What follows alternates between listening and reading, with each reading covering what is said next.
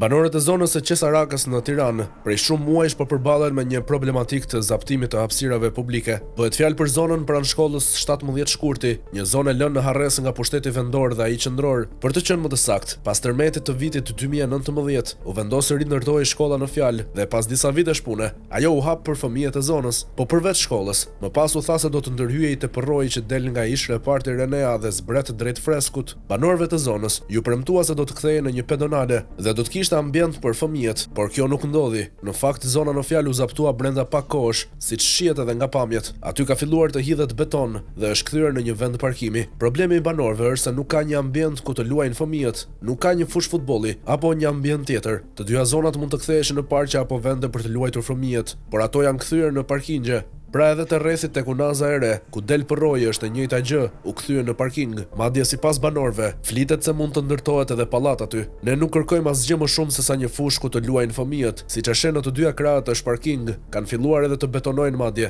ndërkohë fëmijët nuk kanë ku të luajnë. Kemi kontaktuar me autoritetet, jemi ankuar te bashkia, por askush nuk na përgjigjet. Vetëm një ambient për fëmijët duam, se nuk mund të dalin të luajnë nëpër parkingje, shprehet një prej banorëve. Banorët janë drejtuar pamfletit për ta ngritur si problematik, pasi askush nuk i dëgjon. Ata po përballen me të njëjtin fenomen që po ndodhi rëndom në Tiranë. Mjafton të ketë një cop tokë dhe o kthehet në vend parkimi ose ngrihen pallate. Këto pallate kanë edhe fëmijë, kanë edhe të moshuar. Shpresojmë që autoritetet të marrin masa dhe të gjejnë një zgjidhje për banorët e zonës së fjalë.